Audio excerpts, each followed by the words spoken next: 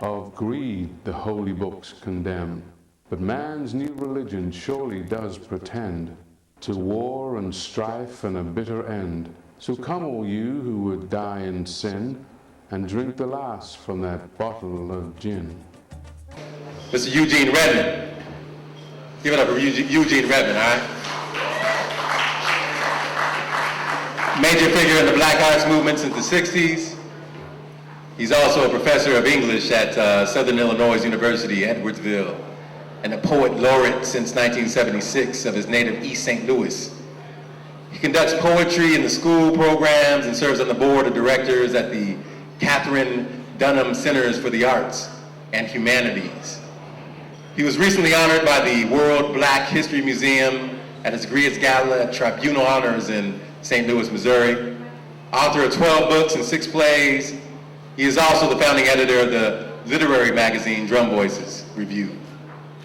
Mr. Redmond has reviewed and received the Pushcart Prize, Best of Small Presses Lifetime Achievement Awards from Pan-African Movement USA, and the Furious Flower National Poetry Conference in 2004.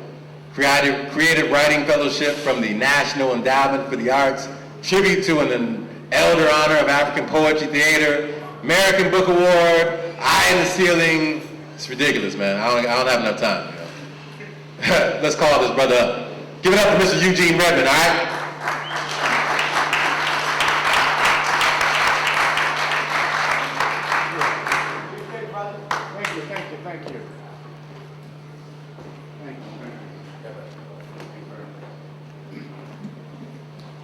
Good evening.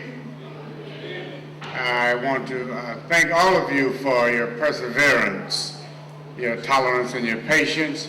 There has been some wonderful poetry this evening. I've really enjoyed it. In particular, I want to congratulate Ian Moore and this wonderful aggregation that he's put together to bring wonderful poetry. And my good buddy Reginald Lockett, who has been to my place, has been to East St. Louis and St. Louis, and read all over the place, and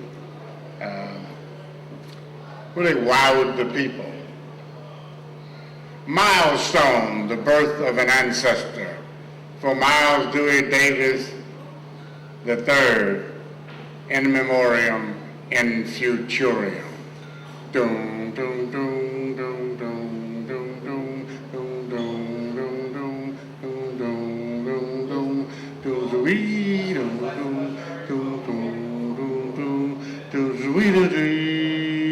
dressed up in pain, the flatted fifth began its funereal climb up the tribal stairwell.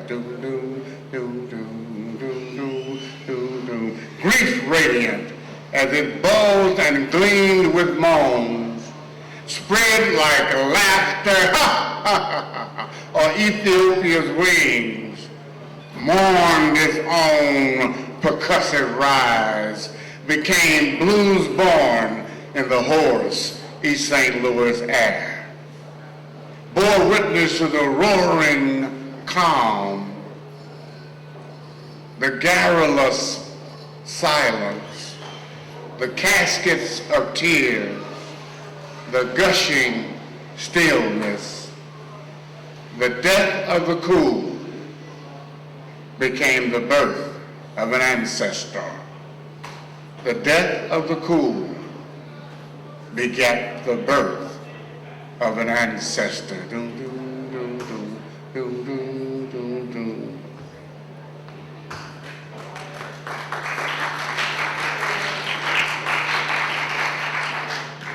That piece was read at Miles Davis's funeral in East St. Louis at his and my alma mater, Lincoln High School, on October the 13th, 1991.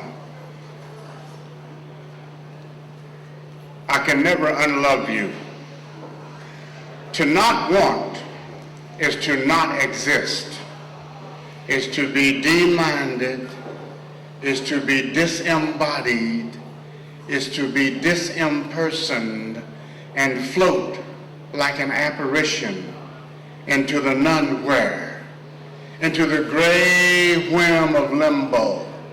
And that is why I can never unlove you, why I can never dismantle my passion, why I can never decompose my desire.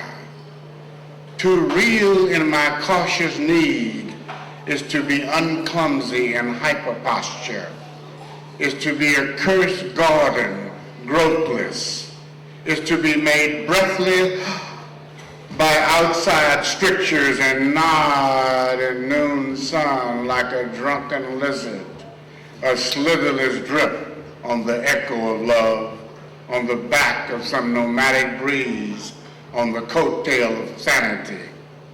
And that is why I can never unlove you, why I can never unnotice the flames you forge, why I can never unloose my eyes from their aim. I can never unlove you, though I can re-love you before another moon. I can never unneed you, though I can re-grieve the night-stained caresses. I can never not want you, though I can re-cry the ancientest ocean. I can never unlove you never. Unlove you never. Unlove you never.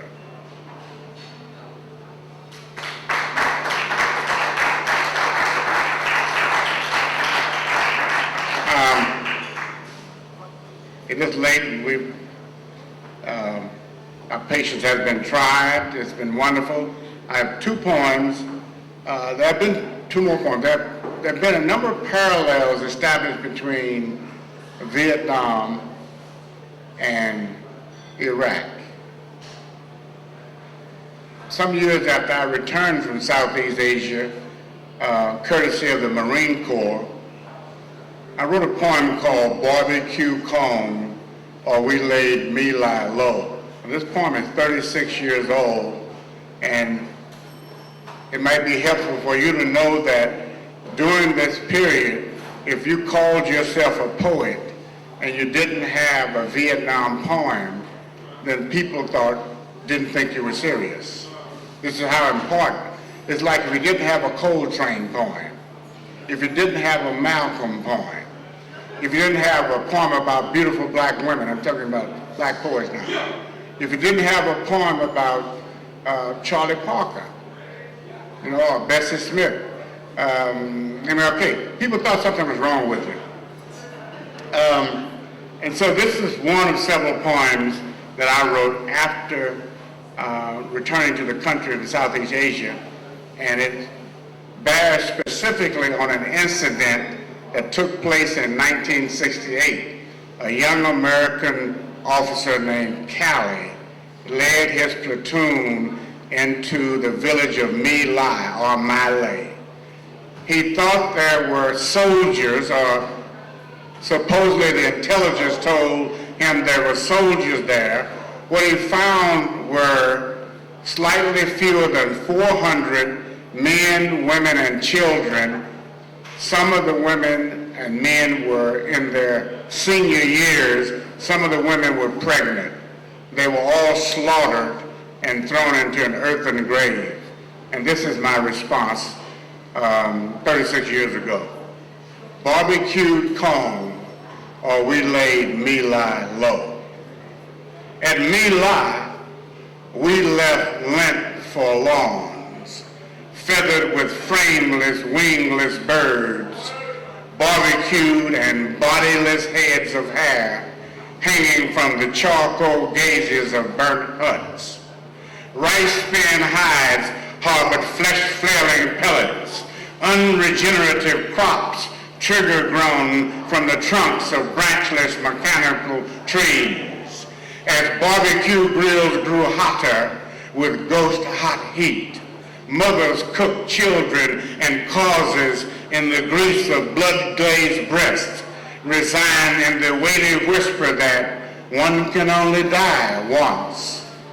Cannon cut My Lai into fleshy confetti, pellet-potted half-cooked carcasses curing in rice wine, rat-tat-tat of an idea, souvenirs for patron saints presiding over oil wells, flat face down in the mud like some unclaimed, unnamed, yet undreamt dream, while miniature machine gun mines mate with mole holes on the muddy highways of swamp or swampless night. Westward whore, hear ye, a declaration of undeclared causes, a preamble to constipation and conscription. Dare we overcome, even arrive, slightly begin, go forth against grains before mornings unfold? My lands may lie, puppet shows and portable pentagods soar or sneak from Saigon. Shine came on deck of the mine this morning and said, there's a sag in the nation's middle. Which way extends the natal cord, north or south?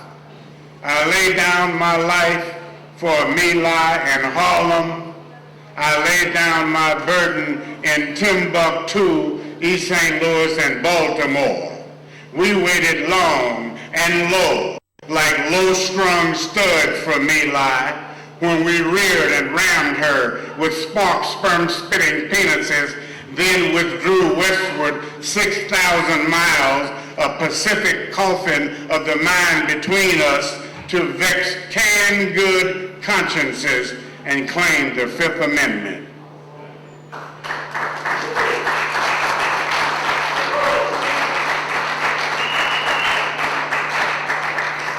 And finally, a fun poem. When I was a boy, we would devilishly and mischievously say to the girls, let me blues you, baby, before I lose you. And we didn't really know what it meant because we were like 13, 14, but we heard the older men say to the older women, let me blues you, baby, before I lose you. So this is a play off of that. It's called Double Clutch Lover. And there may very well be a double clutch lover in the room or someone who knows of a double clutch lover. Her fury and her fire within a cold, cold fame. A double mojo mama, yeah, and double clutch lover was her name. She had the cold cutting fire, baby. She had the flame, the flame. Her rep was hip, and she didn't mess with no lame. Her fire was in her fame. Her fire was in her fame. Oh yeah, oh yeah, cause she was a double. I said a double two-barrel. I said a double two-barrel, make it two, baby. Cause she was a double clutch lover, and she could double clutch, clutch, clutch, a double clutch, clutch, clutch, your love. A double clutcher, a double clutcher. Yeah, she was a triple dealer, a banana peeler. A quick shifting wheeler, a double clutch pearl, kitchen grease girl, witch woman of a healer. Fruit, funk, and fire was in her cold, Lord, cold cutting flame. She kept coming in Jesus' name. A double clutch lover, a clutch, clutch, my love. She took my temperature with a 2-foot tongue that accelerated my engine when it reached my lung. A clutch, clutch, a double clutch, a break fast filly that couldn't be tamed.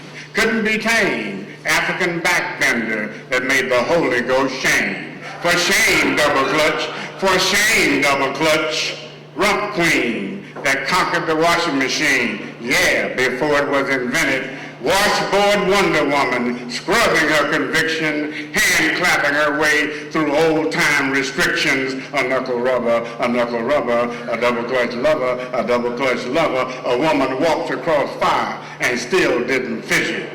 I walked across fire, John Hill Henry, and still didn't fidget. Dig it, dig it. A funk junction lady with a jackknife jump. I said a funk junction lady with a jackknife jump. If you can't sprout your tree before she counts to 3, she might leave you with a stump. Funk Junction lady with a jackknife jump. Hump, hump, hump, hump. Yeah, y'all. Her fire was in a cold, cold fame where a hard-hearted Hannah couldn't stake no claim. A double-clutch lover, Lord, make you run for cover, baby. Hover, hover, hover. She can gun you to the curb, make you scream, cry for reverb. Now ain't that some nerve? The girl got nerve. A double-clutch woman armed with life. A double-clutcher, yeah, armed to the teeth with life, Lord. Expert on strife. Expert on strife. A triple dealer, yeah, a banana peeler. Quick shifting wheeler. A double-clutch lover. Run for cover, man. Run for cover, man. Keeps her foot on my pedal. Pushing, clutching. Keeps her hand on the throttle of life. Expert on strife, throttle of life. Expert on strife, throttle of life. Expert on strife, throttle of life. Thank you.